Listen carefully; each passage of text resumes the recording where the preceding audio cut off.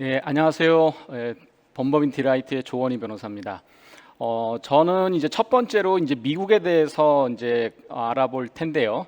전체 세미나의 이제 목적이나 이제 이유 방향을 잠깐 좀 말씀을 드리겠습니다. 아시는 것처럼 이제 올 상반기에 많은 사건들이 있었습니다. 뭐 테라, 루나를 비롯해서 여러 가지 이제 거래소의 이슈들 이런 일들이 많이 생기면서 점점 이제 이 블록체인이나 가상자산 산업에 대한 방향이 이게 규제 중심으로 가는 거 아니냐 하는 그런 우려의 목소리도 많아지고 있습니다. 또 국내 같은 경우에는 아시는 것처럼 이제 새로 대선을 통해서 대통령이 선출되고 정부의 정책이 새로 입안되는 그런 과정 가운데 있는데, 과연 이제 이런 상황들 또 이제 해외의 그런 여러 가지 규제적인 상황들이 국내 입법에 또 어떤 영향을 줄 것인지에 대해서도 이제 여러 가지 궁금증을 낳고 있는 상황입니다. 그러다 보니까 이제 해외에서도 올 상반기에 이제 뭐 다양한 그런 규제와 입법의 시도들이 있었습니다. 그래서 저희가 오늘 이 세미나를 마련한 목적은 현재 전 세계적인 트렌드가 어떤지, 뭐 저희가 모든 국가들을 다 볼 수는 없지만 가상자산 분야에서 주로 이제 논의가 되던 국가들의 규제 상황들을 한번 살펴보려고 합니다.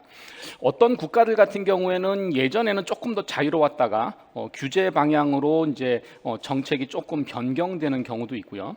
또 어떤 곳은 이제 저쪽이 이제 변경되다 보면 우리 쪽에 기회가 생기겠다라고 해서 오히려 이제 적극적인 가상자산 정책을 펴는 국가들도 있습니다.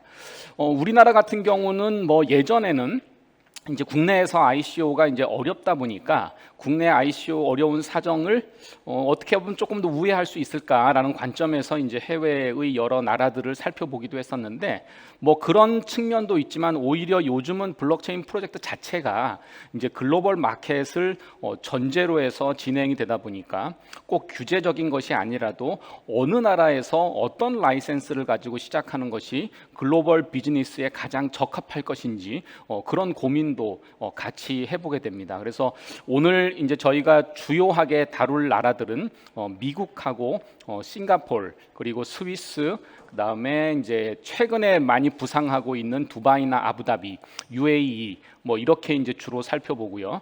그 외에 이제 다양한 이제 텍스 헤이븐 지역으로 이제 많이들 가기 때문에 이런 나라들을 전체적으로 한번 아웃라인을 해보려고 합니다. 그래서 오늘 이제 전체 세미나를 들으신 분들은 아마 저희 이제 여러 발표자들의 발표를 듣고 나면 대략적으로 글로벌하게 이런 트렌드가 있구나, 그리고 우리가 요 비즈니스를 하기 위해서는 이 나라가 좀 적절할 것 같다라고 하는 그런 이제 흐름을 읽으실 수 있다면 저희 이제 세미나의 목표가 잘 달성된 것이리라 생각이 됩니다.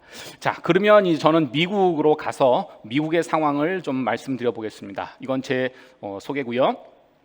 자, 미국은 이제 이쪽에 대해서 조금 공부를 해보신 분들은 잘 아실 거예요. 하위 테스트라 그래서 이제 증권이냐 아니냐를 판단하는 여러 가지 이제 기준들이 있고 뭐 여러 나라의 판결들이 있는데, 미국의 그런 하위 테스트, 하위라는 케이스에서 증권인지 아닌지를 판단하기 위한 몇 가지 이제 요건들을 마련했는데, 그 기준이 사실은 이제 여러 나라에서도 동일하게 사용되고 있습니다. 그래서 하위 테스트에 대한 얘기를 뭐 원론적으로 조금 드리려고 하고요. 근데 이제 지금 저희가 미국에서 진행됐던 흔히 우리가 STO라고 하는 미국에서 진행된 증권 발행 절차들을 보면 그냥 일반적인 그런 증권 발행 절차를 거쳤던 경우는 거의 없습니다. 워낙 이제 절차도 복잡하고 까다롭기 때문에. 그래서 대부분 이제 이 SEC의 등록을 면제해주는 그런 예외 조항을 가지고 이제 STO를 진행했던 케이스들이 많기 때문에, 그럼 과연 미국 증권법상 어떤 면제 절차가 있는지를 좀 알아보려고 하고요. 그리고 최근에 이제 이런 토큰이나 코인에 대한 미국의 규제 현황이나 방향, 이런 것들을 좀 살펴보려고 합니다. 자, 증권형 토큰, 우리가 흔히 이제 증권이라고 부르는 개념인데요. 증권인데 이게 이제 토큰화되어 있는 거죠. 그래서 우리가 이걸 증권형 토큰이라 그럽니다. 뭐 잘 아시겠습니다만은 우리가 토큰을 세 가지로 나누죠. 그래서 유틸리티 토큰, 그 다음에 이제 페이먼트 토큰, 시크릿 토큰 이렇게 세 가지로 나누는데 미국에서는 이제 규제의 큰 방향이 뭐냐면 다른 나라들은 이제 토큰을 이렇게 세 가지로 나누고 이 세 가지 각각에 대해서 어떤 취급을 할 건지를 규율하는 경우가 많습니다. 스위스도 그렇고요, 싱가포르도 그렇고요. 그래서 우리가 요즘 이제 토큰 비즈니스, 가상자산 비즈니스를 많이 하는 국가들은 이렇게 세 가지 부류를 가지고 많이 하는데 특이하게도 미국 같은 경우에는 이 세 가지 분류를 하지 않습니다. 하지 않고 어떻게 분류하냐면 증권형 토큰 아니면 비증권형 토큰. 그래서 증권형 토큰의 경우에는 증권 규제 절차를 따르게 되고 비증권형인 경우에는 그 외의 절차를 따르는 조금 더 심플한 이제 규제 절차를 가지고 있죠. 근데 문제는 뭐냐면 미국은 세계 어느 나라에 비해서 이 증권을 인정하는 이 범위가 아주 넓다는 거예요. 그래서 보통 우리가 이제 증권에는 여러 가지 종류가 있습니다. 뭐 우리도 이제 뭐 수익 증권도 있고 뭐 다른 다양한 증권이 있는데 그 중에서 투자계약 증권이라는 개념이 있습니다. 그래서 미국에서 투자계약 증권을 판단하는 기준을 네 가지로 삼고 있는데요. 보면은 첫 번째는 자금의 투자가 이루어진다. 그러니까 머니의 인베스트먼트가 있어야 되는 거죠. 그 다음에 자금이 공동사업에 투자된다. 그리고 투자에 따른 이익을 기대할 수 있다. 그리고 그 이익은 타인의 노력으로부터 발생된다. 자, 제가 이제 예를 하나 들어볼게요. 이제 예를 들어서 우리나라 이제 예전에 루나 토큰이 있다라고 가정을 해볼게요. 자, 루나 토큰을 제가 거래소에서 삽니다. 그러면 과연 내가 토큰을 거래소에서 산 거를 이거를 자금의 투자라고 볼 거냐? 그리고 제가 그 루나를 샀어요. 그러면 당연히 이 루나를 가지고 뭐 플랫폼이라든지 이런 인프라를 만들고 있는 그 사업체 입장에서는 당연히 누군가가 루나를 사주면 그 도움이 되겠죠. 근데 과연 정말 얼마 안 되는 10,000원, 20,000원, 10만 원의 토큰을 내가 샀다 그래서 과연 나와 이 루나를 이제 실제로 이제 오퍼레이트하는 그 회사가 과연 공동 사업을 했다라고 볼 수 있겠냐? 그러니까 공동 사업의 개념을 어떻게 볼 것인지가 사실은 이제 문제가 됩니다. 그리고 과연 내가 이제 이 토큰을 샀다 그래서 과연 이것을 이 토큰의 가격이 오른 것을 투자에 대한 이익이 실현된 것으로 볼 거냐 하는 그 이제 이슈가 있습니다. 물론 이제 이익이라고 하는 것은 뭐 이 케이스 같은 경우에도 실제 루나라고 하는 전체 이제 인프라를 운영하고 개발하는 곳이 이제 나름대로 노력을 통해서 가치를 올리기 때문에 뭐 네 번째 요건은 뭐 그럴 수 있다고 치는데요.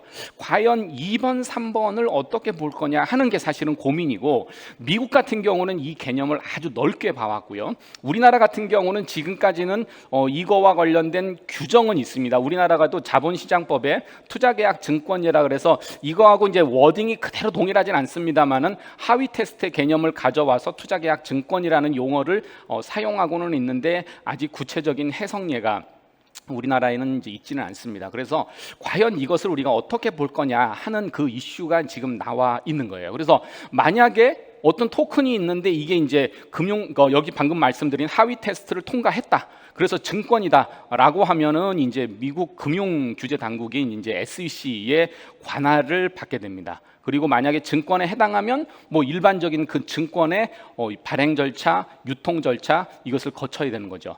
그럼 만약에 이 하위 테스트를 통과하지 않으면 어떻게 되느냐? 하위 테스트를 통과하지 않아서 증권이 아니에요. 그러면 그 다음 단계로 우리가 볼 수 있는 게 과연 이것이 파생 상품이나 선물에 해당하느냐라는 것을 판단하게 됩니다. 그래서 파생 상품이나 선물에 해당하면 이제 이 선물거래위원회 CFTC의 이제 규제를 받게 되는 거고요. 증권도 아니고 그리고 파생이나 선물도 아니다라고 하면은 사실은 지금까지는 그러면 그거는 뭐 특별히 우리가 금융적인 관점에서는 규제할 필요가 없다라고 해서 규제가 되지 않았던 영역입니다. 그러니까 예외적으로 거기에 해당하는 경우는 사실은 큰 이슈 없이 미국에서도 이제 사업을 할 수 있다라고 이렇게 이해할 수 있는데요. 도표로 한번 정리를 해봤습니다. 만약에 제가 이제 가상자산 사업을 한다라고 가정을 했을 때 이제 오른쪽에 보면은 하위 테스트가 있죠. 그래서 하위 테스트를 가지고 이게 증권이냐 아니냐 하는 것을 판단해 보게 되고요. 그래서 증권에 해당하는 경우에는 이제 SEC 규제를 받게 되고, 만약에 이제 선물이나 파생 상품에 해당한다라고 하면은 CFTC의 규제를 받게 되고, 이것도 저것도 아니다라고 하면 현재로서는 규제가 없다 라고 그렇게 이제 한번 생각해 볼 수 있고요. 그 대신에 미국 같은 경우에는 이제 머니 트랜스퍼, 자금의 이동, 송금, 이거에 대한 규제가 매우 엄격합니다. 그래서 설령 이제 증권에 해당하지 않는 경우에도 미국 법상에서 말하는 그런 머니 트랜스퍼에 해당할 수 있냐 없냐 하는 것들을 우리가 잘 살펴볼 필요가 있고요. 만약에 그런 머니 트랜스퍼가 있다, 우리 비즈니스에서, 그런 경우에는 이제 연방 차원이라고 하면은 MSB, 머니 서비스 비즈니스라고 하는데요. 이 MSB에 대한 등록이 필요하고, 주마다 경우에 따라서는 이제 머니 트랜스미터 라이센스를 요구하는 경우도 있습니다. 그러니까 이 슬라이드를 보면 대략 내가 어떤 토큰이나 코인을 가지고 미국에서 비즈니스를 한다 그럴 때 어떤 것들이 규제가 될 수 있겠다 하는 것들을 대강 파악하실 수 있을 것 같습니다. 만약에 이제 증권으로 판단된다, 하위 테스트를 통과했다라고 하면은 이제 증권의 경우에는 이제 SEC에 등록을 하게 되고요. 이제 SRO, 그러니까 뭐 셀프 레귤레토리 오가니제이션인데, 그러니까 자율 규제 기구에 내가 등록을 해서 멤버십을 갖든지, 아니면은 이제 시큐리티 인베스터 프로텍션 코퍼레이션인데요. 그러니까 투자자 기구에 가입해서 내가 이제 그쪽의 규제를 받든지 이런 멤버십을 가지게 되고요. 뭐 주별로 또 이제 개별적으로 요구되는 사항들이 있습니다. 그러니까 사실은 만약에 내가 증권이라는 전제하에 비즈니스를 한다고 하면 이제 SEC 등록부터 이제 SRO나 이제 SIPC 멤버십, 그 다음에 이제 개별적으로 요구되는 사항까지를 다 갖춰서 해야 되는 그런 어려움들이 있습니다. 뭐 절차가 사실은 생각보다 복잡해요. 그래서 저 같은 경우도 지금까지 이제 뭐 다양한 토큰 비즈니스에 대한 자문을 했는데, 그 중에 이제 미국에서 이제 이 STO 절차를 거쳐보겠다라고 하는 프로젝트들을 한 3건 정도 했었습니다. 근데 뭐 아쉽게도 진행은 다 했지만 프로젝트가 성공적이지는 못했어요. 근데 그 이유는 뭐냐면 첫 번째는 저희가 생각했던 것보다 규제가 훨씬 더 복잡합니다. 그러니까 뒤에서 설명드리는 그런 면제 절차를 가더라도 그 면제 절차를 수행하는 데까지의 이제 시간이나 비용이 생각보다 많이 들다 보니까 우리 프로젝트가 정말 수익을 내지 않으면 그 비용을 감당하기 어려운 그런 사정도 좀 있었고요. 그리고 막상 이제 뭐 규제 절차를 통해서, 면제 절차를 통해서 저희가 이제 투자자를 유치하는 과정도 사실은 미국이 그렇게 만만치는 않았습니다. 그래서 하여튼 지금 같은 경우는 미국에 내가 직접 프로젝트로 관여하겠다, 참여하겠다라고 하는 곳은 대개 이제 미국의 베이스가 있든지, 아니면은 미국의 자회사나 뭐 연계된 회사가 있어서 미국 시장 자체를 직접적으로 타겟으로 해야 되는 경우가 아니라면 뭐 라이센스나 뭐 이런 걸 위해서 미국으로 가는 것은 그렇게 이제 추천드리기는 어려운 그런 상황입니다. 뭐 파생 상품이나 이제 MSB 같은 경우도 이제 그 맞게 등록하고 필요한 요건들을 갖춰야 되는 그런 이제 절차들이 있습니다. 자, 그러면 SEC의 등록을 면제받을 수 있는 그 예외 조항에는 어떤 게 있나라고 하는 것을 살펴보겠습니다.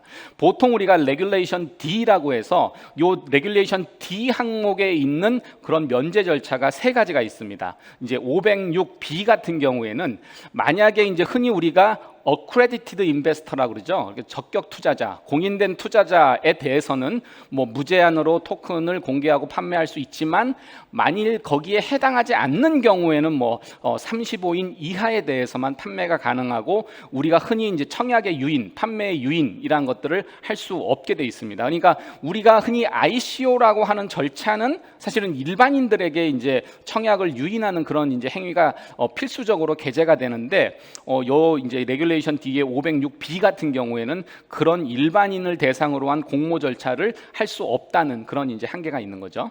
506C 같은 경우에는 이제 모든 구매자들이 이런 이제 accredited investor여야 되는 그런 이제 한계가 있습니다. 그러니까 우리 프로젝트 중에서 우리 프로젝트는 정말 이제 여기 말하는 적격 투자자들을 대상으로 해서만 하겠다라고 예외적으로 이제 프로젝트를 운영한다고 하면 이제 506C 없이 이 예외 절차를 할 수도 있고요.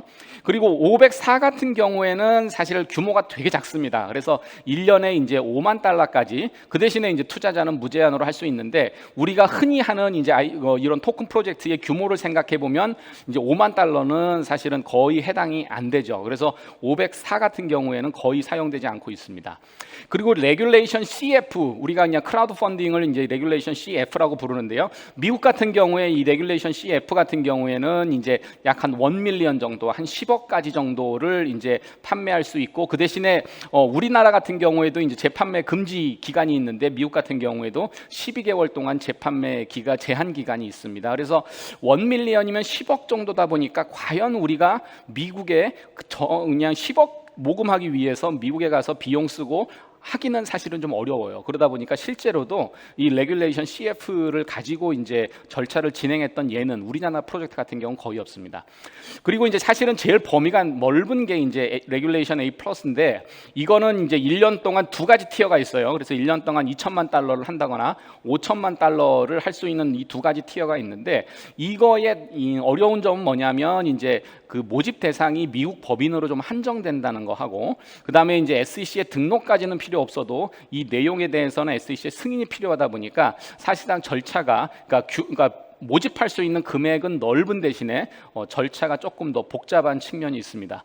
그래서 지금 보셨듯이 사실은 면제 절차로 몇 가지가 이제 나와 있고, 이 중에 일부 프로젝트들이 이런 걸 사용하고는 있습니다만은 실제로 이제 우리가 딱 맞는 프로젝트를 찾기가 어려워요. 그래서 보통 우리나라 같은 경우에는 506C 같이 우리는 이거 일반인들에게 판매하는 건 아니고 뭐 증권사라든지 일부 이런 이제 적격 투자자들 대상으로 해서만 팔겠다라고 해서 이제 506C라든지 뭐 이렇게 해서 가는 경우가 많이 있었습니다. 그래서 만약에 미국으로 내가 가보겠다라는 생각이 있다면은 여기서 말하는 이제 이런 예외 조항 중에서 우리 프로젝트가 채택할 만한 그런 경우가 있는지를 살펴볼 필요가 있습니다. 자, 그러면 이게 이제 기본적인 미국에서의 아웃라인인데, 최근 그러면 SEC는 어떤 동향을 보이고 있나? 이제 며칠 전에 아마 뉴스에서 보셨을 것 같아요. SEC가 가상자산 9개 종목에 대해서 새롭게 이제 증권이다라고 하는 이제 판단을 내렸다, 뭐 하는 그런 이제 기사가 있었고요. 그리고 이제 코인베이스의 직원이 코인 상장에 관한 정보를 가지고 지인들과 공유해서 이제 막대한 이익을 거뒀는데, 그 분이 이제 사전 거래 혐의로 이제 구속이 됐습니다. 보통 우리가 흔히 말하는 내부자 정보, 내부자 거래, 뭐 이런 것들은 이제 증권이라는 영역에서 규제가 되어 왔던 일입니다. 그래서 우리나라 같은 경우에도 사실은 이제 상장 전에 또는 상장 이후에라도 내부 정보를 가지고 이제 거래에 관여한다든지, 아니면 내부 거래를 통해서 미리 이제 사전에 자전 거래를 한다든지, 뭐 이러한 여러 가지 이제 이슈들이 있었는데, 그게 법에 의해서 규제되지 못한 이유는 이제 토큰이나 코인 같은 경우에는 자본시장법이 적용되지 않다 보니까 자본시장법상의 이제 벌칙 조항을 적용하기 어려워서이었습니다. 근데 미국 같은 경우도 지금 보신 것처럼 이런 이제 내부자 거래에 이런 증권 범죄와 관련된 법을 적용하면서 점차적으로 이제 토큰이나 코인도 증권의 영역에서 규제하려는 그런 움직임들을 보이고 있습니다. 이번에 이제 SEC가 이제 검찰에 제출했던 그 자료를 보면 뭐 크립토 에셋 시큐리티, 그러니까 이제 시큐리티 토큰이라는 개념보다는 암호자산 증권이라는 개념을 사용해서 결국은 이제 암호자산 중에서 일정한 영역에 있는 경우에는 이제 증권의 개념에 포함시키겠다라고 해서 이제 이렇게 해석을 하고 있고요. 그리고 이번에 이제 9개에 대해서 이제 하위 테스트를 한 결과 증권에 해당한다라고 이제 봤는데, 사실은 이제 그 선물거래소 CFTC 같은 경우에는 SEC가 하위 테스트의 범위를 너무 넓게 해석하고 있다.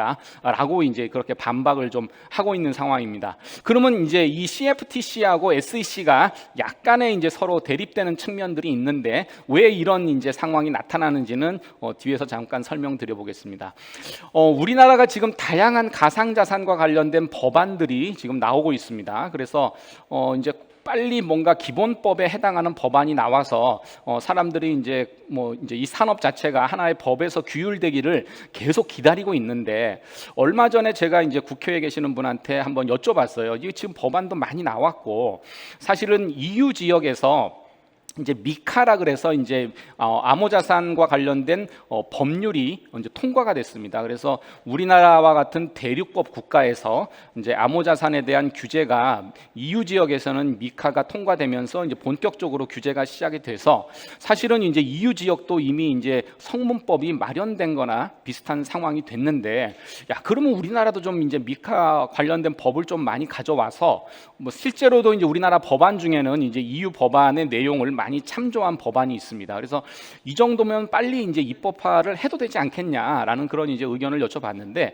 이제 그분 말씀으로는 이제 우리 금융 당국 입장에서는 굳이 이 이제 가상자산과 관련된 법률안을 서두를 필요가 없다라고 이제 생각을 하고 있고, 그 가장 큰 이유 중에 하나가 이제 EU 지역에서 법안이 하나 나왔고, 이번에 이제 미국에서 법안이 하나 나왔기 때문에 이 법안이 이제 입법화되는 과정, 그러니까 EU는 이미 통과됐습니다. 근데 미국 같은 경우에는 이번에 새로 법안이 나와서 이제 입법의 과정을 거치게 되는데, 요 과정까지를 다 보고 어떻게 보면 이제 미국과 EU의 전체적인 이제 상황들을 충분히 본 다음에 최종적으로 우리나라의 이제 규제 상황을 정리하겠다, 뭐 그런 얘기를 좀 들었습니다. 물론 이제 이게 뭐 통일된 의견이라고 볼 수는 없고, 일부 이제 국회의원의 의견이시긴 한데, 그렇다고 하면 우리나라 같은 경우에는 지금 상황으로 봤을 때는 이제 연말쯤에나 돼서 조금 더 정부의 구체적인 안이 나오지 않을까라는 생각이 되는데요. 미국 같은 경우에 이제 루미스 길리브랜드라는 법안이 나왔습니다. 뭐 길리브랜드라고 부르기도 하고 진리브랜드라고 부르기도 하던데요. 이게 이제 미국 공화당의 상원 의원하고 민주당의 상원 의원이 이제 같이 공동으로 발의했던 이제 법안입니다. 이 법안의 가장 큰 특징은 뭐냐면, 자, 아까 말씀드린 대로 이제 하위 테스트를 통과하면은 증권에 해당한다고 보고요. 그러면 SEC 규제를 받는다 그랬잖아요. 근데 예를 들어서 우리가 흔히 지금 비트코인이라든지 이더리움 같이 아예 이쪽 시장에서 하나의 상품처럼 취급되는 이제 암호자산이다라고 하면은 이거는 이제 SEC에서 완전히 벗어납니다. 근데 이 법안에서는 이제 부수자산이라는 개념을 사용했어요. 그러니까 증권도 아니고, 그렇다고 해서 이제 비트코인이나 이더리움 같이 완전히 상품으로서 거래되는 것도 아닌 경우는 이제 부수자산이라는 개념을 사용해 가지고, 이 부수자산에 해당하는 경우에는 예를 들어서 매년 2번씩 SEC에 리포트를 하게 되면, 그 다음부터는 이 부수자산도 이제 비트코인이나 이더리움 같이 하나의 상품처럼 취급을 해서 이제 CFTC의 규제를 받도록 하겠다.